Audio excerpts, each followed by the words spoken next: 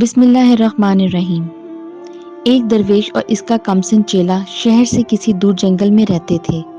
درویش عام طور پر یاد خدا میں مصروف رہتا تھا اور چیلا آس پاس کی بستیوں سے بھیک مانگ کر اس کی خدمت کیا کرتا تھا۔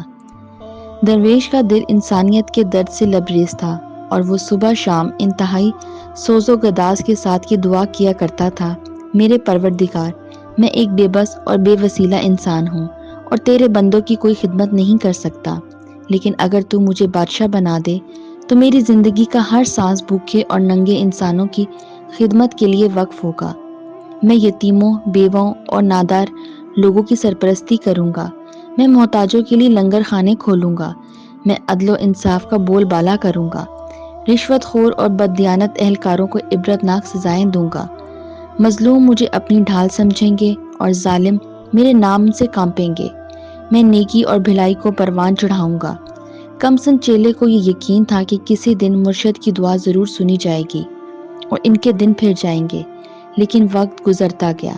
چیلا جوان ہو گیا اور نیک دل درویش میں بڑھاپے کے آثار ظاہر ہونے لگے۔ رفتہ رفتہ چیلے کے اعتقاد میں فرق آنے لگا، یہاں تک کہ جب درویش دعا کے لیے ہاتھ اٹھاتا تو وہ اس کے قریب بیٹھنے کی بجائے چند قدم دور بیٹھتا اور دبی زبان سے یہ دعا شروع کر دیتا: میرے پروردگار، اب میرا مرشد بوڑھا ہو چکا ہے، اس کے بال سفید ہو چکے ہیں، دانت جھڑ چکے ہیں اور بینائی جواب دے چکی ہے۔ اب وہ مجھے تخت کی بجائے قبر سے زیادہ قریب دکھائی دیتا ہے۔ اگر تجھے ایک نیک دل آدمی کا بادشاہ بننا پسند نہیں تو مجھے بادشاہ بنا دے۔ میں یہ عہد کرتا ہوں کہ میرا ہر کام اپنے مرشد کی خواہشات کے الٹ ہوگا۔ میں صدقے دل سے عہد کرتا ہوں کہ میں ناداروں کو زیادہ نادر اور بے بسوں کو زیادہ بے بس اور مظلوموں کو زیادہ مظلوم بنانے کی کوشش کروں گا۔ میں چوروں اور ڈاکوؤں کی سرپرستی کروں گا۔ میں شرفا کو ذلیل کروں گا اور ذلیلوں کو عزت کی کرسی پہ بٹھاؤں گا۔ میں راشی اور بددیانت اہلکاروں کی سرپرستی کروں گا۔ ابتدا میں یہ ہوشیار چیلا چھپ چھپ کر دعائیں کیا کرتا تھا، لیکن آہستہ آہستہ اس کا حوصلہ بڑھتا گیا اور کچھ مدت بعد اس کی حالت تھی کہ جب مرشد دعا کے لیے ہاتھ اٹھاتا تو وہ بھی اس کے قریب بیٹھ کر ہی بلند آواز میں اپنی دعا دہرانی شروع کر دیتا۔ درویش اپنی آنکھوں میں آنسو بھر کر یہ کہتا کہ اگر بادشاہ بن جاؤں تو عدل و انصاف، نیکی اور سچائی کا بول بالا کروں، اور چیلا کہکا لگا کر یہ کہتا کہ اگر میں بادشاہ بن جاؤں تو ظلم اور بدی کا جھنڈا بلند کروں۔ درویش کہتا میرے خزانے سے معذور اور نادر لوگوں کو وظائف ملیں گے، اور چیلا یہ کہتا کہ میں ان پر سخت جرمانے عائد کروں گا۔ درویش اسے ڈانٹ ڈپٹ کر اور بعض اوقات ڈنڈا اٹھا کر پیٹنا شروع کر دیتا، لیکن چیلا اپنی روایتی نیاز مندی کے باوجود اپنے موقف پر ڈٹا رہا۔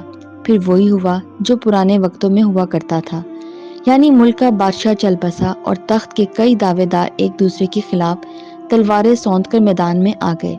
دور اندیش وزیر نے راتوں رات تمام دعوے داروں کو جمع کر کے یہ تجویز پیش کی کہ اب ملک کو خانہ جنگی سے بچانے کی ایک ہی صورت باقی رہ گئی ہے، اور وہ یہ کہ شہر کے تمام دروازے بند کر دیے جائیں اور علل صبح باہر سے جو آدمی سب سے پہلے مشرقی دروازے پر دستک دے اسے بادشاہ تسلیم کر لیا جائے۔ یہ تجویز با اتفاق رائے منظور کی گئی۔ پھر یہ ہوا کہ نیک دل درویش کا چیلا بھیک مانگنے کے لیے کسی چھوٹی موٹی بستی کا رخ کرنے کی بجائے ملک کے دارالحکومت کی طرف جا نکلا۔ پہنچتے ہی اس نے شہر کے مشرقی دروازے پر دستک دی۔ پہرے داروں نے دروازہ کھول کر اسے سلامی دی اور عمرہ نے اسے ایک جلوس کی شکل میں شاہی محل کی طرف لے گئے۔ نئے بادشاہ نے تخت پر رونق افروز ہوتے ہی یہ حکم جاری کیا کہ میری سلطنت میں جتنے درویش، فقیر اور سادھو ہیں انہیں کسی تاخیر کے بغیر گرفتار کر لیا جائے۔ اس حکم کی تعمیل کی گئی، لیکن خوش قسمتی سے نئے بادشاہ کے مرشد کو کسی طرح یہ پتہ چل گیا کہ اس کا ہوشیار چیلے کی دعا قبول ہو گئی ہے، اور وہ سرحد عبور کر کے کسی دوسرے ملک میں چلا گیا۔ اس کے بعد جو ہوا وہ کسی تشریح یا تبصرے کا محتاج نہیں۔ نئے بادشاہ نے پوری مستعدی اور دیانتداری کے ساتھ اپنے تمام وعدے پورے کیے۔ نہروں کا پانی بند کر دیا گیا، کنویں اور تالاب غلاظت سے بھر دیے گئے، چوروں اور ڈاکوؤں کو جیلوں سے نکال کر حکومت کا کاروبار سونپ دیا گیا۔ نیک خدا پرست انسانوں پر ظلم کی انتہا کر دی گئی۔ غرض ان دانش مندوں کے سر کو چھپانے کے لیے جگہ نہیں ملتی تھی۔ جنہوں نے ملک کی بھلائی کے لیے ایک گداگر کو تخت پر بٹھا دیا تھا۔ جب نئے بادشاہ کے مظالم اپنی انتہا کو پہنچ گئے تو عوام کے لیڈروں نے اس کا حسب و نصب معلوم کرنے کی ضرورت محسوس کی۔ سابق وزیر اعظم کی قیادت میں ایک وفد تلاش بسیار کے بعد بادشاہ کے مرشد کی خدمت میں حاضر ہوا اور اس سے فریاد کی کہ خدا کے لیے ہمیں اس بلائے نگہانی سے نجات دلائیے۔ عمر رسیدہ درویش اپنے چیلے کے سامنے جانے سے گھبراتا تھا، لیکن ارکان وفد کی گریہ وزاری سے متاثر وہ یہ خطرہ مول لینے پر آمادہ ہو گیا۔ جب وہ دربار میں حاضر ہوا تو بادشاہ سلامت کو اپنے پیر و مرشد کی طرف دیکھتے ہی اپنا ماضی یاد آ گیا اور اس نے مروبیت کے احساس سے مرغوب ہو کر کہا، پیر و مرشد فرمائیے، میں آپ کی کیا خدمت کر سکتا ہوں؟ درویش نے جواب دیا، میں اپنے لیے کچھ نہیں مانگتا، میں صرف تمہاری رعایا کے لیے رحم کی اپیل کرنے آیا ہوں۔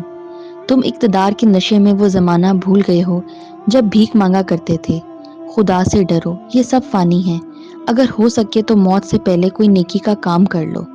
بادشاہ نے تلخ ہو کر جواب دیا، دیکھیے قبلہ، آپ میری قوت برداشت کا امتحان لینے کی کوشش نہ کریں۔ یہ آپ کی خوش قسمتی ہے کہ آپ میرے مرشد ہیں اور میں آپ پر ہاتھ ڈالتے ہوئے گھبراہٹ محسوس کرتا ہوں۔ آپ مجھے جی بھر کر گالیاں دے سکتے ہیں، لیکن خدا کے لیے ان لوگوں کے ساتھ کسی نیکی کا مشورہ نہ دیں۔ آپ کو یاد ہے ہم دونوں ایک ہی وقت میں دعا مانگا کرتے تھے، پھر کیا وجہ کہ آپ کی دعا قبول نہ ہوئی اور قدرت نے مجھے بادشاہ بنا دیا؟ اگر ان لوگوں کے اعمال ٹھیک ہوتے اور قدرت کو ان کی بھلائی مقصود ہوتی تو آپ ان کے بادشاہ بنتے، لیکن یہ بدبخت تھے، انہیں اچھے برے کی تمیز نہ تھی اور قدرت ان کی بدعمالیوں کی سزا دینے کے لیے مجھے بادشاہ بنا دیا۔ اب میں مرتے دم تک اپنا پروگرام پورا کرتا رہوں گا۔